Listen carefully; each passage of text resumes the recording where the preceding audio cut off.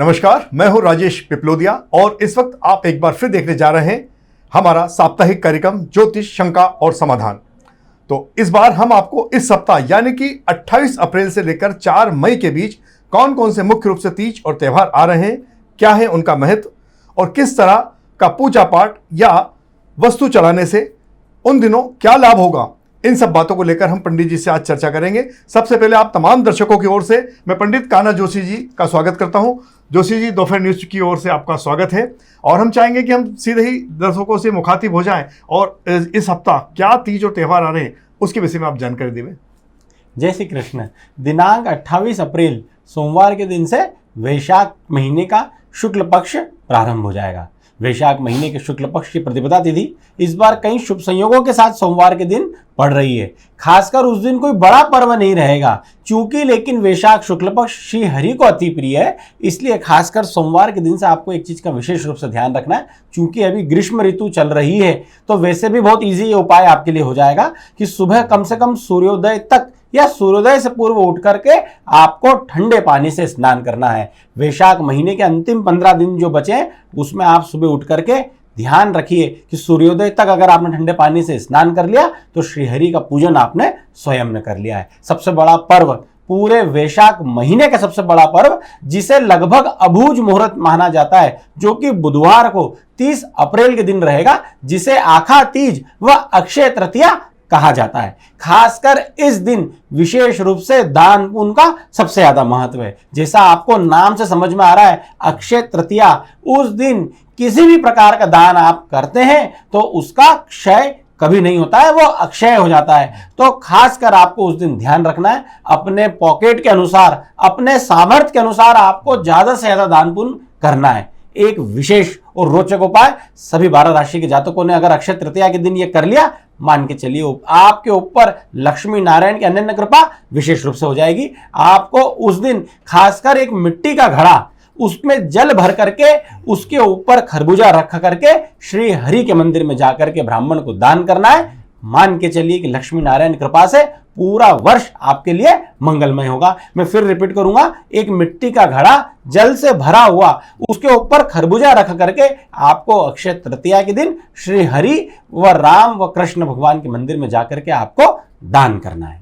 पंडित जी ने एक बात काफी अच्छी बताई है कि आपके नहाने मात्र से श्री हरि विष्णु का पूजन हो जाएगा और लगभग मैं समझता हूं कि हर सप्ताह पंडित जी आपको नहाने के लिए कह रहे हैं और अंतिम दिन चल रहा है 30 तारीख को अक्षय तृतीया है और उस दिन के पहले भी अगर आपने ये कर लिया तो आप काफ़ी लाभान्वित हो जाएंगे। पंडित जी, अक्षय तिथि के दिन का जो आप दान पुण्य का तो बता रहे हैं, इसके साथ ही कन्यादान का ही बड़ा महत्व है। बिना मुहूर्त का उस दिन मुहूर्त रहता है जिसमें शादी ब्याह हो जाते हैं। इसके अलावा और विद्यार्थी वर्ग और व्यापारी वर्ग इस दिन का किस तरह से लाभ उठा सकते हैं? जी, खासकर अक्षय तृतीया के दिन विद्यार्थियों को विशेष रूप से उस दिन आपको कोशिश करना है कि उस दिन चूंकि बुधवार का दिन पड़ रहा है, अगर आप हो सके तो मेहंदी कलर के रामा रंग के कपड़े पहन करके उस दिन भगवान गणेश के दर्शन विशेष रूप से करें। गणेश अथर्वशीर्ष का पाठ करें और हो सके तो गणेश अथर्वशीर्ष की किताबें आप भगवान गणेश के मंदिर में श्रद्धालुओं को दान कर दीजिए।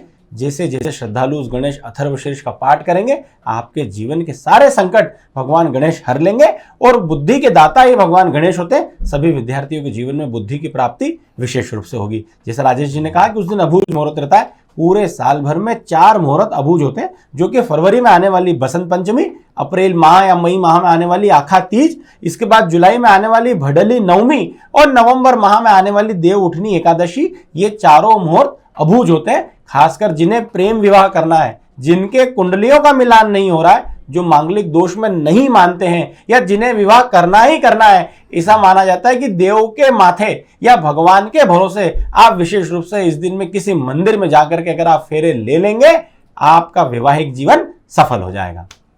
गणेश अथर्वशीर्ष का जो पाठ करने के लिए विद्यार्थियों को कहा गया है, यदि वे नहीं कर सकते तो किसी को ये पुस्तक दान की जा सकती है, मगर दान भी उसी को कीजिए जो इस बात का वादा करे कि वो इस पाठ का पालन करेगा, इस पाठ का वाचन करेगा, तभी आपको इसका लाभ मिलेगा। पंडित जी, जैसे कि कैसे देव के माथे देना, तो मतलब माथे पड़ना भी होता है कि मतलब जो भी कुछ होगा सब उन्हीं के भरोसे रहेगा। तो जो पति पत्नी के बीच खटास और जो लड़ाई झगड़े होते हैं कई प्रकार का, तो क्या उस दिन का भी इसमें कुछ प्रावधान रहता है कि उस दिन कुछ करने से आगे इस प्रकार के विवाद ना हो? जी, जैसा मैंने कहा कि जिन्हें प्रेम विवाह करना है, जो कुंडली मिलान नहीं करवाना चाहते हैं या कुंडली मिल नहीं रही है, फिर भी उनकी जिद है कि हमें इसी लड़की से या इसी लड़के से विवाह करना है, तो उनके लिए एक रास्ता शास्त्रों में निकल गया है। या जिन लोगों के मुहूर्त नहीं निकल रहे हैं, लगन नहीं निकल रहे, वो बसंत पंचमी या अक्षय तृतीया या भडली नवमी या देव उठनी एकादशी पे विशेष रूप से आप किसी मंदिर में, गायत्री परिवार में या किसी वैदिक ब्राह्मण के सानिध्य में अगर आप विवाह करते हैं, आपका वैवाहिक जीवन किसी भी प्रकार के तनाव से पूर्ण नहीं रहेगा और आपका वैवाहिक जीवन खुशहाल तरीके से चलेगा।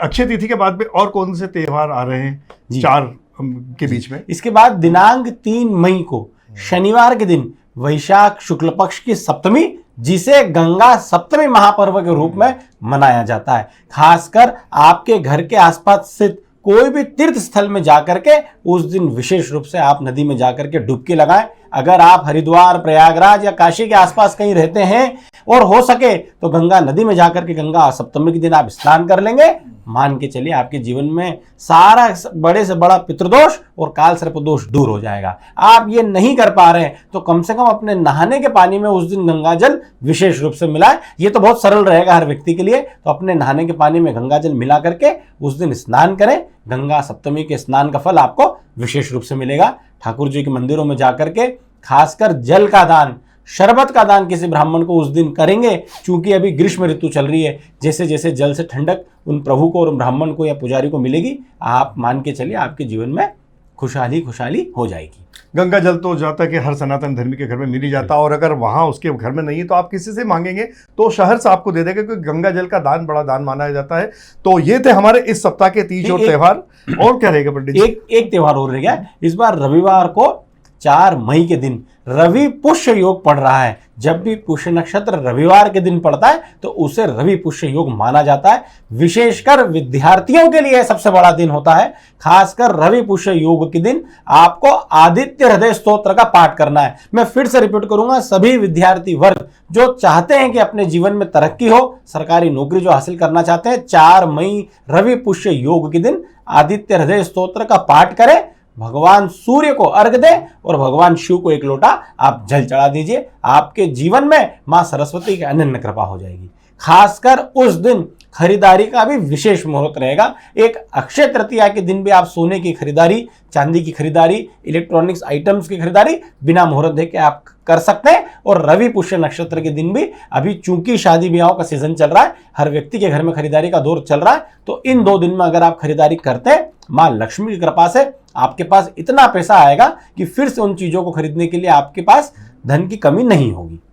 विद्यार्थी वर्ग के लिए काफ़ी अच्छी बात पंडित जी ने बताई है। वैसे भी 1 लोटा जल तो भगवान शिव को, क्योंकि वो महादेव है, उनकी अगर आपने आराधना पूजा कर ली तो सारे देव देवता की पूजा स्वतः ही हो जाती है। इसलिए 1 लोटा जल तो हर सनातन धर्मी को रोजाना शिव को अर्पित करना ही चाहिए। तो ये थे हमारे इस सप्ताह के तीज और त्योहार। अगले सप्ताह फिर हम आपसे मुखातिब होंगे, तब तक के लिए इजाजत देते हैं। नमस्कार।